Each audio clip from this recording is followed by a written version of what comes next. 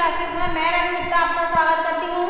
आज हिंदी शिक्षण के अंतर्गत मैं आपके सामने लेकर उपस्थित हूँ भाषा और उसकी प्रकृति।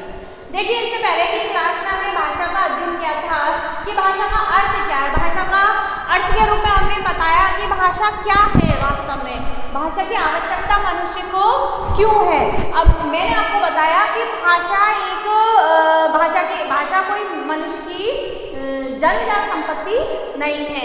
भाषा मनुष्य की अर्जित की हुई संपत्ति। अर्जित किसे कहते हैं? जिसे आपने प्राप्त किया हो, ना कि आपको जन्म माता पिता से वंशानुगत रूप में प्राप्त हुई हो। ऐसा नहीं है। आपने एक मनुष्य के विषय में अगर हम कहें तो एक मनुष्य कई भाषाओं का ज्ञान बहुत अच्छे से प्राप्त कर सकता है, या वह अपनी प्रादेशिक भाषा के अलावा दूसरे प्रदेश की भाषा में भी बातचीत कर सकता है। जैसे हम हिंदी भाषी व्यक्ति हैं और हम अगर विदेश में जाते हैं जहाँ पर जैसे अमेरिका है, वहाँ अमेरिकन इंग्लिश है, या हम कहें कि रसियन है, इस प्रकार की भाषाओं को हम अगर जाने तो वहाँ पर हम आसानी से संप्रेषण स्थापित कर सकते हैं, अगर वहाँ के लोगों की भाषा हमें आती हो और हमारी भाषा, हमारी जो हिंदी भाषा है वह उनको आती हो। अगर उन्हें हिंदी नहीं आती है तो हमें उनकी ही भाषा में, या फिर एक भाषा है इंग्लिश जिसे हम बोलते हैं, अंग्रेजी में हमें वार्तालाप करना होगा, जिससे कि वह हमारे विचारों से अवगत हो सके, हमसे वार्तालाप कर सके, विचार विनिमय कर सके। अब भाषा को हम किन्हीं रूपों में देखते हैं, मौखिक रूप में, लिखित रूप में और सांकेतिक रूप में। मौखिक रूप में भाषा अधिक सुदृढ़ मानी जाती है और उसको अधिक समृद्ध और उसको अधिक कालजयी या लंबे समय तक जीवित रहने वाली कौन बना सकता है? उस भाषा का लिखित रूप, उस भाषा का लिपिबद्ध रूप उसको और अधिक समृद्ध बना सकता है। अगर हम ये कहें कि भाषा, अब जो हमारे जो पूर्वज हैं, हमारे जो पुरातत्ववेत्ता हैं, वह पीढ़ी दर पीढ़ी इस भाषा के विषय में, पीढ़ी दर पीढ़ी सभ्यता और संस्कृति के विषय में जानकारी देने के लिए भाषा के कौन से रूप का प्रयोग करते हैं? लिपिबद्ध रूप का ही प्रयोग करते हैं, कि हमारी जो आने वाली पीढ़ी है, हमारे जो वर्तमान की, क्योंकि भौतिक युग में ऐसे वैदिक युग से कोई ताल्लुक, हमें कुछ भी नहीं पता कि पहले क्या हुआ था, इससे पहले भी क्या मानव सभ्यता जिंदा थी तो किस रूप में थी, ये सारी जानकारी हमें भाषा के लिपिबद्ध रूप से भी प्राप्त होती है। तो इस प्रकार कहा जा सकता है कि भाव, विचार, अनुभवों को अभिव्यक्ति देने के लिए कहा जा सकता है कि भाव, विचार, अनुभवों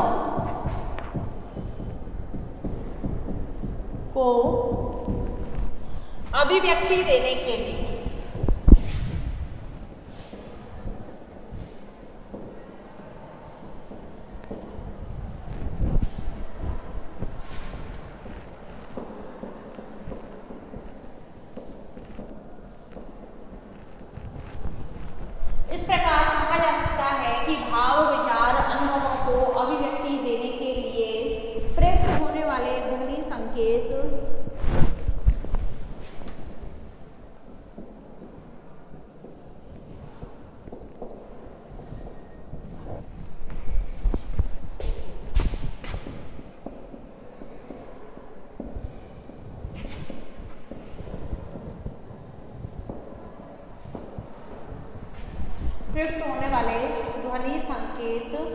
कथित या लिखित रूप में भाषा है।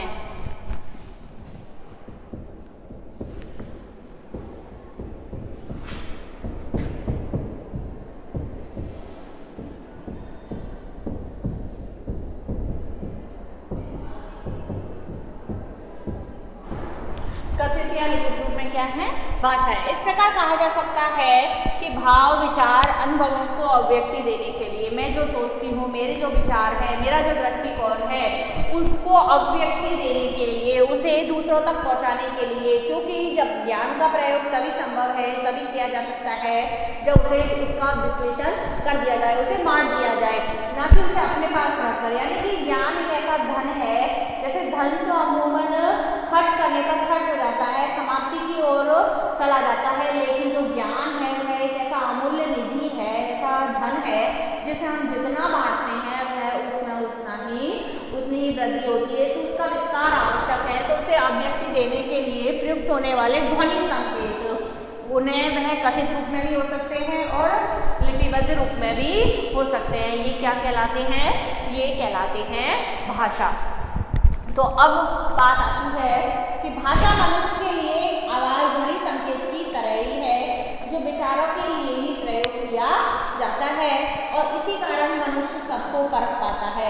अगर भाषा नहीं हो, मैंने कहा कि अगर भाषा नहीं हो तो इस समाज में रहने वाले प्रत्येक व्यक्ति की जानकारी हमें प्राप्त नहीं हो सके, हम उसकी परख नहीं कर सके, उसके विचारों से हम अवगत नहीं हो सकते हैं।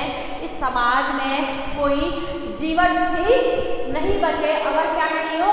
भाषा नहीं हो, उसके ध्वनि संकेत नहीं हो तो सामाजिक प्राणी एक दूसरे से इतने गहराई से जुड़े हुए नहीं होंगे, क्योंकि वह तभी जुड़ सकते हैं। एक व्यक्ति दूसरे व्यक्ति से तभी जुड़ सकता है जब वह उसके विचारों से, हम कहें मित्र बनाए हैं हमने, तो मित्र कैसे बने?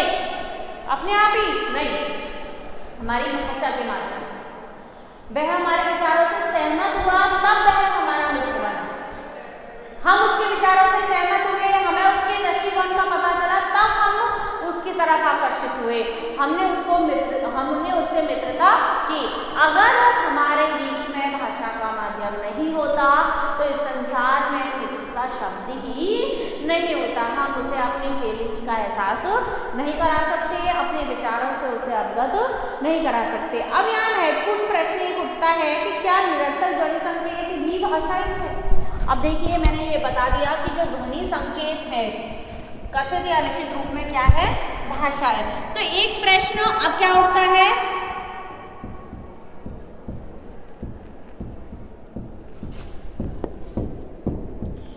एक प्रश्न उठता है कि क्या निरर्थक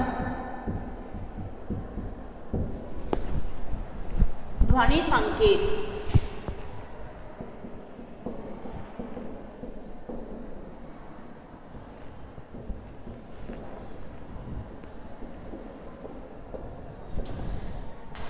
एक प्रश्न ये उठता है कि क्या निरर्थक ध्वनि संकेत, मैंने आपको बताया कि एक व्यक्ति दूसरे व्यक्ति से या अपने ज्ञान को अभिव्यक्ति देने के लिए हमें ध्वनि संकेतों को कथित या लिखित रूप में प्रयोग करना पड़ता है। तो अब प्रश्न उठता है क्या जो निरर्थक ध्वनि संकेत है जिसका कोई अर्थ नहीं निकल रहा है, वह भी क्या भाषा ही है? क्या जवाब है इसका कि वह भाषा? इस प्रश्न के उत्तर में कहा जा सकता है कि भाषा का प्रयोग सापेक्ष अर्थों में किया जाता है, यानी कि उसे हम भाषा नहीं कह सकते। जैसे कि रोको मत जाने दो,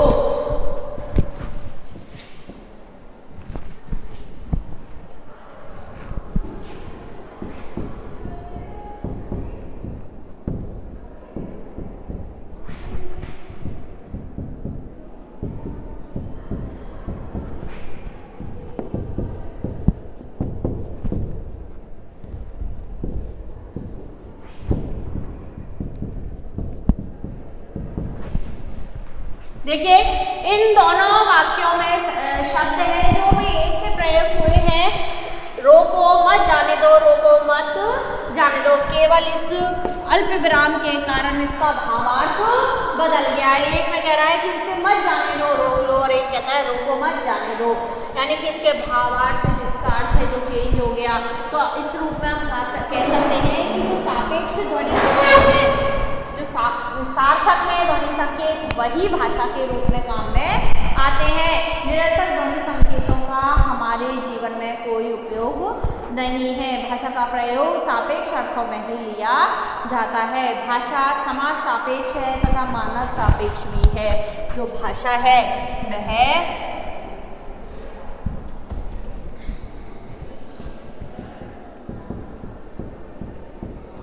समाज सापेक्ष है तथा भाषा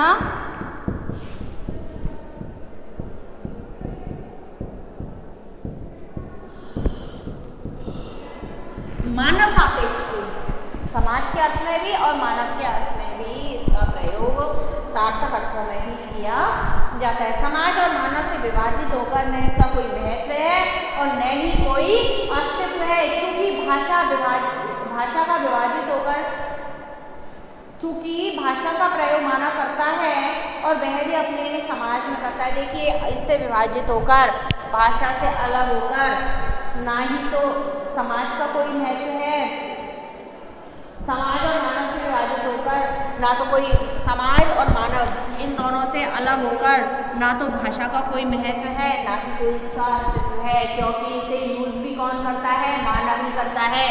इसे और मानवों से किसका निर्माण होता है? समाज का निर्माण होता है। इसलिए अगर हम कहें कि भाषा का महत्व समाज और मानव के साथ ही है, मानव और समाज से विभाजित होकर इसका कोई महत्व नहीं है, इसका कोई अस्तित्व नहीं है।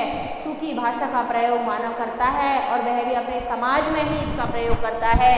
भाषा का प्रयोग वह मानव कहाँ करता है? अपने समाज में ही करता है। सामाजिक लोगों से विचार विनिमय करने के लिए समाज में रहते हुए वह समाज के साथ भाषा का प्रयोग करता है। इस प्रकार भाषा सहज, समाज सम्मत और ग्रहण करने योग्य होती है। इसी कारण मानव भाषा समाज सापेक्ष है और भाषा मानव सापेक्ष है। इस प्रकार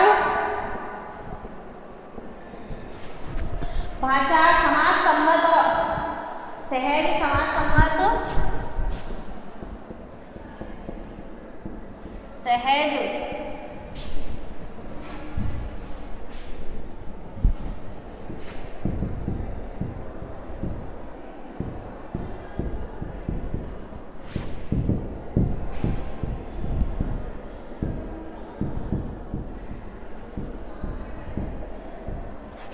ग्रहण करने योग्य है।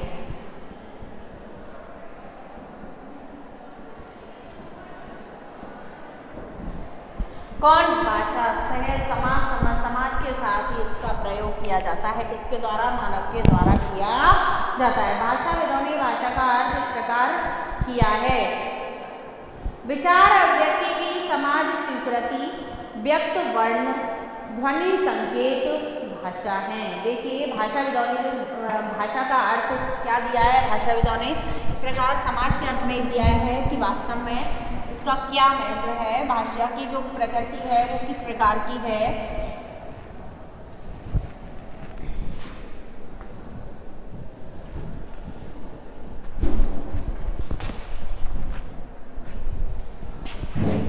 भाषाविदों ने भाषा का अर्थ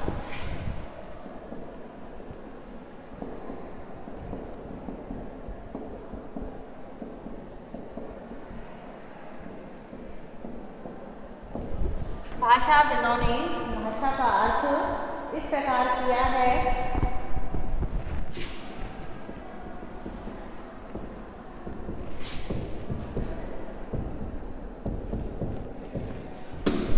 भाषाविदों ने भाषा का अर्थ इस प्रकार किया है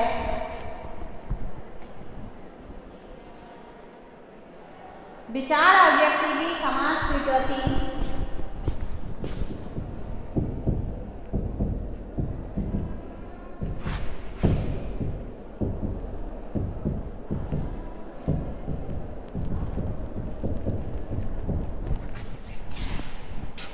विचार अभिव्यक्ति की समाज स्वीकृति,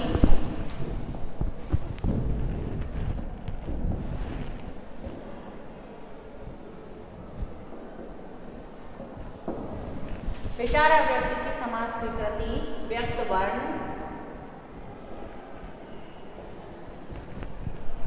भाषाविदों ने भाषा का अर्थ इस प्रकार किया है: विचार अभिव्यक्ति की समाज स्वीकृति, व्यक्त वर्ण, ध्वनि संकेत भाषा है।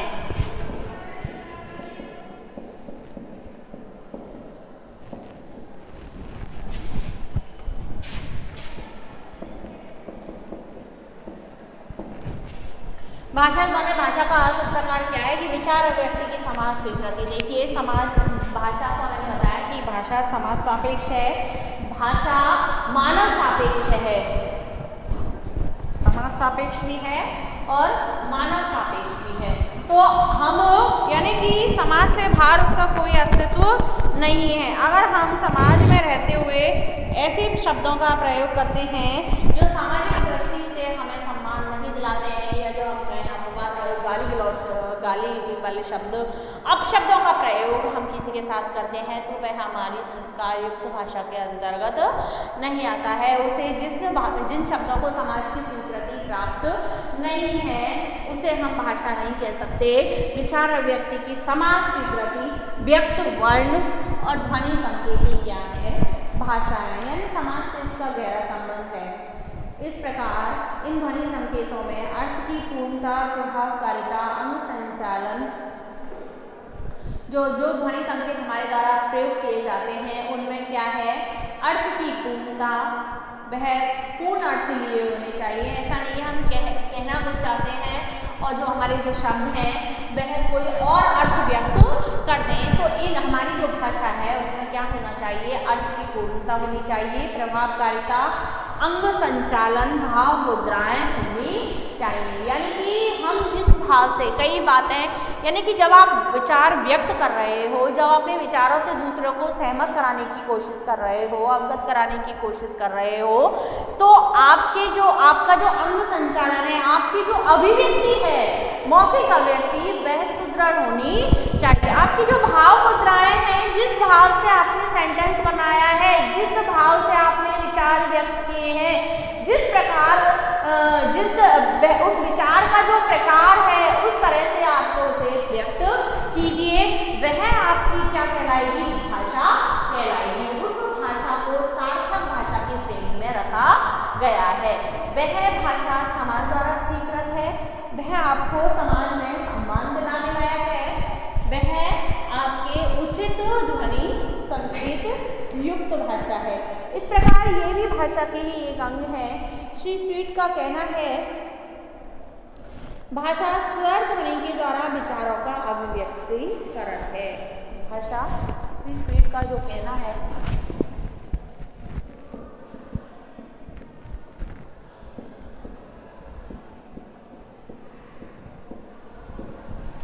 क्या कहना है श्री स्वीट का? भाषा स्वर ध्वनि के द्वारा विचारों का अभिव्यक्तिकरण है। भाषा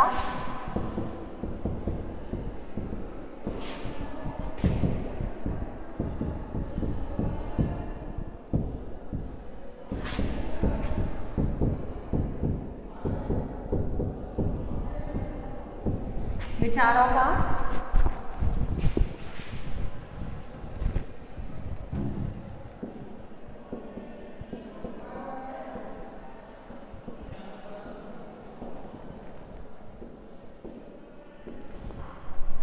श्री स्वीट का कहना है कि भाषा स्वर ध्वनि के द्वारा विचारों का अभिव्यक्तिकरण है। श्री रामचंद्र वर्मा भी इसी मत के समर्थक हैं कि भाषा स्वर ध्वनि के द्वारा विचारों का अभिव्यक्तिकरण है। जो मेन ध्वनि जो होती हैं वह स्वर ध्वनि के रूप में काम में आती हैं। उनको उचित रूप में अभिव्यक्त करना ही भाषा है। उनका कहना है कि मुख से उच्चारित होने वाले शब्दों और वाक्यों का वह समूह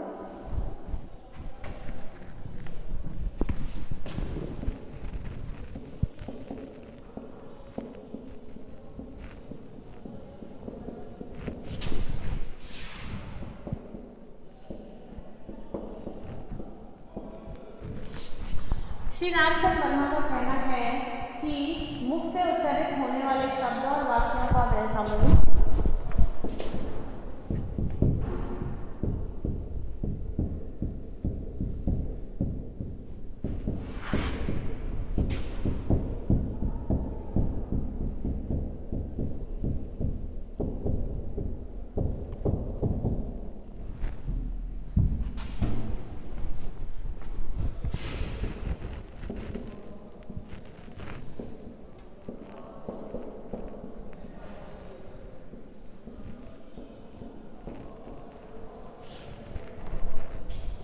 मुख से उच्चारित होने वाले शब्दों और वाक्यों का वह समूह जिसके द्वारा मन की बात बतलाई जाती है।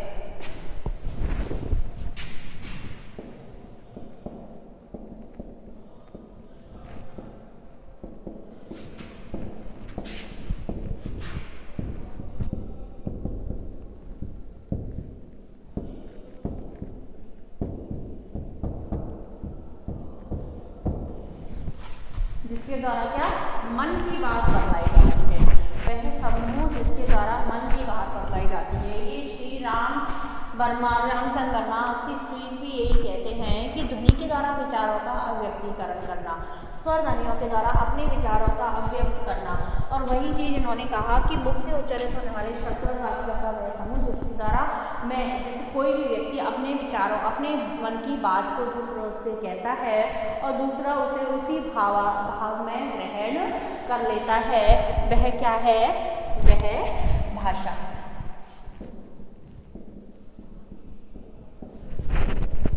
वह क्या है, वह भाषा है। लोगों का कहना सही है कि स्वर ध्वनि अथवा उच्चारित शब्द वाक्य भाषा है, लेकिन इसका लिखित स्वरूप भी भाषा है। यानी कि लोग ये कहते हैं भाषा, तो तेरी भाषा कैसी है, बोलना यानी मौखिक अभिव्यक्ति भाषा है, लेकिन जो इसका भाषा का जो लिखित रूप है वह भी क्या है, भाषा है।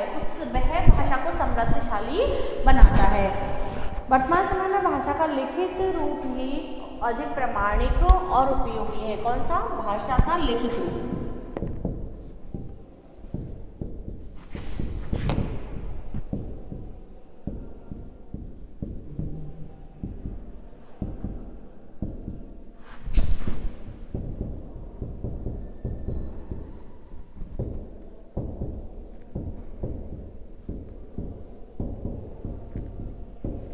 जो लिखित रूप है वर्तमान में, वह भाषा का अधिक प्रामाणिक और उपयोगी है। मौखिक अभिव्यक्ति को महत्व दिया गया है, लेकिन उसे स्थायी रूप प्रदान नहीं किया गया है, क्योंकि व्यक्ति कभी भी कुछ भी बोल देता है, उसका कोई प्रमाण मौखिक अभिव्यक्ति में उसकी भाषा का कोई प्रमाण हमारे सामने उपस्थित नहीं होता। जबकि जो लिखित रूप है उसमें हम पूरी तरह से उसे प्रमाण सहित भविष्य में कभी भी पेश कर सकते हैं। वह उपयोगी भी, समय अनुसार उपयोगी भी रहता है।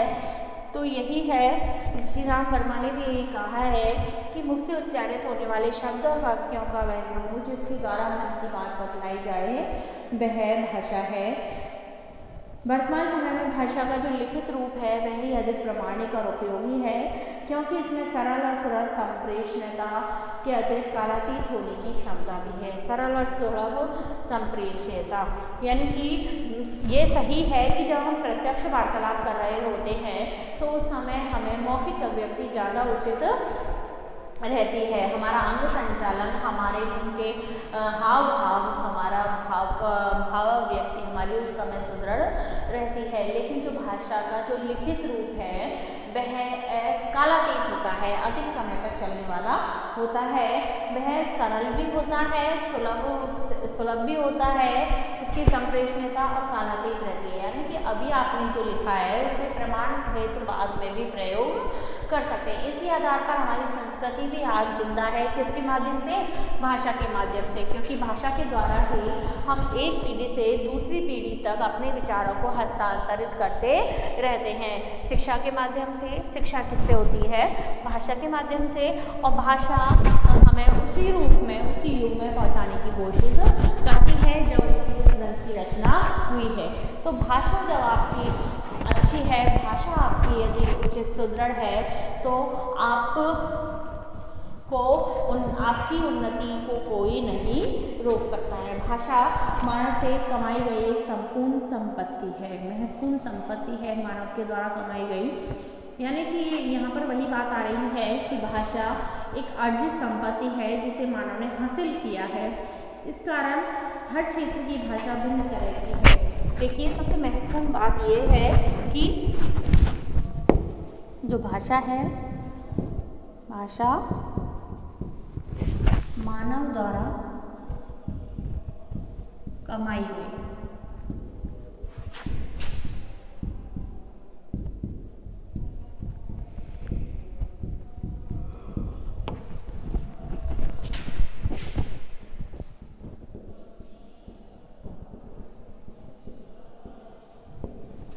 भाषा जो है मानव के द्वारा क्या की गई है, कमाई गई, उपार्जित की गई। इसी कारण हर क्षेत्र की भाषा क्या है, हर क्षेत्र की भाषा भिन्न है।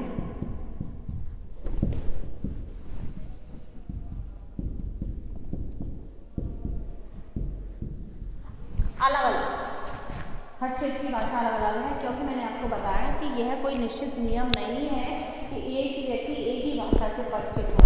हाँ, यह जरूर होता है कि वह जिस वातावरण में रहता है उस प्रदेश की भाषा, जिस प्रदेश में रहता है उस प्रदेश की भाषा उसकी ज़्यादा सुदृढ़ होती है, ज़्यादा समृद्ध होती है। यानी कि जैसे मैं राजस्थान प्रदेश में रहती हूँ, राजस्थान प्रदेश में भी जैसे मैं हिंडौन परिक्षेत्र के अंतर्गत हूँ, तो यहाँ की क्षेत्र की जो भाषा है, अगर कोई मुझे उस भाषा में कोई शब्द या वाक्य बोलता है तो मैं उसके भावार्थ अच्छे से समझ सकती हूँ। अगर वह मुझे कोई दूसरी भाषा में विचार व्यक्त करता है तो उसको समझने में मुझे समय लगेगा, या मैं ये कहूँगी कि मुझे आपकी बात समझ में नहीं आ रही है। तो हर क्षेत्र की भाषा मनुष्य के रूप में ही भिन्न भिन्न हो जाती है। पहाड़ी इलाकों की भाषा अलग होती है, सब हर क्षेत्र की भाषा बिल्कुल अलग होती है। तमिलनाडु में रहने वाले तमिल बोलते हैं, बंगाल में रहने वाले बंगाली बोलते हैं। तो हर क्षेत्र में अलग अलग भाषाओं का विकास हुआ है, लेकिन यह जरूरी नहीं है कि वहीं पर रहने वाले ही उस भाषा का प्रयोग कर सकते हैं, ऐसा निश्चित नहीं है। एक व्यक्ति अगर मैं चाहूँ तो मैं भी दुनिया की कितनी भाषाओं का ज्ञान प्राप्त कर सकती हूँ, कितनी भाषाओं में अपने विचार व्यक्त कर सकती हूँ, लेकिन उसकी सार्थकता तब है जब सामने वाले को, जिसको मैं विचार प्रेषित कर रही हूँ, उसको वह भाषा आनी चाहिए। अवश्य हाँ, ऐसा अवश्य है कि कुछ भाषाएं अधिक समृद्ध और विकसित, कुछ कम समृद्ध और कम विकसित हैं। समृद्ध और विकसित भाषाओं का रूप जरूर निश्चित है और अविकसित और कम समृद्ध भाषाओं का रूप अनिश्चित है। देखिए, मैंने कहा कि हर क्षेत्र की भाषा अलग अलग होती है और हर क्षेत्र की भाषा में व्यक्ति ज्ञान प्राप्त कर सकता है, हर क्षेत्र की भाषा को व्यक्ति जानने का अधिकार रखता है। हाँ, ये अवश्य हो सकता है कि कुछ क्षेत्रों की भाषाएं कम महत्वपूर्ण होती हैं और कुछ की ज़्यादा महत्वपूर्ण होती हैं। जैसे अगर हम कहें तो हिंदी एक ऐसी भाषा है जो संपूर्ण भारत देश की भाषा है, तो यह ज़्यादा समृद्ध है बजाय इसकी बोलियों के, कि जैसे मारवाड़ी है, मेवाड़ी है, हाड़ौती है, ढूंढाड़ी है, ये एक पर्टिकुलर प्रदेश की बोलियां हैं, पर्टिकुलर क्षेत्र की बोलियां हैं। हालांकि ये हिंदी के ही रूपों में गिनी जाती हैं, लेकिन यह संपूर्ण रूप में तो पूरे भारत को हिंदी भाषी कहा जाता है, लेकिन ये इसकी उपबोलियों के रूप में जानी जाती हैं। तो ये कम निश्चित है, ये कम समृद्ध है, जबकि हिंदी अपने आप में पूर्ण तरह से समृद्ध है। ये कम विकसित है और अनिश्चित है, यानी कि इनका कोई निश्चित समय नहीं है। क्षेत्रीय भाषाओं का व्यक्ति क्षेत्र के में आकर ही इनका प्रयोग कर सकता है, जबकि ये हिंदी ऐसी भाषा है जिसका प्रयोग व्यक्ति पूरे इंडिया में कहीं भी चला जाए वहाँ भी कर सकता है। तो कुछ ज़्यादा समृद्ध होती है और कुछ कम समृद्ध होती है, कुछ विकसित होती है, कुछ अविकसित होती है। कुछ भाषाएं तो इतनी कम प्रचलित होती है कि उनकी अपनी कोई लिपि नहीं होती, जिसकी वजह से उनका लिखित रूप भी नहीं हुआ होगा। अब हम कहें कि क्षेत्रीय भाषाओं का कोई लिपिबद्ध रूप हो तो ऐसा कोई जरूरी नहीं है, क्योंकि ये क्षेत्र तक सीमित होती है। एक कहावत प्रचलित है कि घाट घाट पर पानी बदले और पप्पर पर बाणी, यानी कि एक क्षेत्र से दूसरे क्षेत्र पर जाने पर ही आपकी भाषा क्या हो जाएगी, परिवर्तित। और जब वह परिवर्तित हो गई तो उसका लिपिबद्ध रूप ही नहीं होगा। कोई विस्तृत और विकसित और समृद्धशाली जो भाषा है उसका लिपिबद्ध रूप हमें उपलब्ध हो जाता है। जो कम विकसित है, अनिश्चित है, कुछ क्षेत्रों में बोली जाती है, कुछ ही लोगों के द्वारा बोली जाती है, उसका लिपिबद्ध रूप नहीं रहता। और लिपिबद्ध रूप नहीं होने के कारण उसके स्वरूप में क्या होता रहता है, परिवर्तन होता रहता है। तो भाषा की प्रकृति ही इस प्रकार की है। मनुष्य ने चूंकि इसे यानी कि यह जन्मजात तो नहीं होती है, यह केवल उपार्जित संपत्ति के रूप में मनुष्य के पास रहती है। तो इस कारण मनुष्य इसका स्वरूप में क्या होता रहता है, परिवर्तन होता रहता है। जो भाषा अधिक सुदृढ़ होती है, जो विकसित होती है, जो समृद्धशाली होती है, उसका लिपिबद्ध रूप अवश्य उपलब्ध रहता है। आदिवासियों की भाषा इसी श्रेणी में आती है। अब जैसे देखिए आपने गाड़ियाँ लोहार वगैरह हैं, ये आज यहाँ रह रहे हैं तो यहाँ के लोगों से संपर्क स्थापित करेंगे, कल 6 महीने बाद दूसरी जगह जाएंगे, वहाँ अपना घर बनाएंगे, आदिवासी बनाएंगे, तो वहाँ ये लोग यहाँ के लोगों से संपर्क स्थापित करेंगे, वहाँ की भाषा को जानेंगे। तो इस प्रकार इनकी जो भाषा है वह स्थायी नहीं रहती, कुछ यहाँ की बोलेंगे, कुछ वहाँ की सीखेंगे, फिर नई भाषा विकसित हो जाएगी उनके उसमें विचारों में, फिर वहाँ से कहीं और गए, वहाँ के शब्दों को ले लिया। इस प्रकार भाषा का स्वरूप ही बदल जाता है, उसका कोई स्थायी अस्तित्व नहीं रह पाता है। तो इस प्रकार हम कह सकते हैं कि कि जो भाषा है जो ज़्यादा विकसित है, जैसे हम कहें हिंदी, तो उसकी कई उपबोलियाँ भी हो जाती हैं, और जो कम विकसित भाषाएं हैं उनकी कोई उपबोली भी नहीं होती है, बल्कि उनका बिगड़ा हुआ रूप ही हमारे सामने आता है, क्योंकि लोग अपनी सुविधा के अनुसार उन शब्दों का तोड़ मरोड़ कर प्रयोग कर लेते हैं। और ये ऐसा कुछ नहीं होता है, ज्ञान के अभाव में होता है कि मनुष्य को भाषा का प्रॉपर ज्ञान नहीं होता। जिन मनुष्यों को भाषा के शब्दों का प्रॉपर ज्ञान होता है, विस्तृत ज्ञान होता है, जिन्होंने उनका ज्ञान प्राप्त कर लिया है, उनकी भाषा स्थायी रहती है, वह उनकी भाषा ही लिपिबद्ध रूप में लिखी हुई रहती है। विकसित भाषाओं के अंतर्गत भी कई बोलियां होती हैं, जैसे हिंदी की इनकी कई बोलियां हैं, मगही है, भोजपुरी है, छत्तीसगढ़ी है, मैथिली है। इन बोलियों में शब्द और वाक्यों के बीच आंतरिक समता होती है। शब्द और इसके कारण विकसित भाषा की विभिन्न बोलियों के बोलने वाले लोग आपस में आसानी से विचारों का लेन देन कर लेते हैं। मैंने आपको बताया कि कई बोलियां होती हैं, कई बोलियों के रूप में वह प्रचलित होती है, लेकिन कुछ शब्द ऐसे होते हैं जो हिंदी के ही हैं, यानी हिंदी की ही बोलियां होने के कारण उनमें कुछ शब्दों में समानता पाई जाती है। उस समानता के आधार पर ही लोग अपने विचारों का आदान प्रदान कर सकते हैं, अपने विचारों का विचार विनिमय कर सकते हैं। इस प्रकार भाषा के विषय में आज हमने विस्तृत चर्चा की। धन्यवाद। इसके विषय में हम कल और अध्ययन करेंगे। धन्यवाद।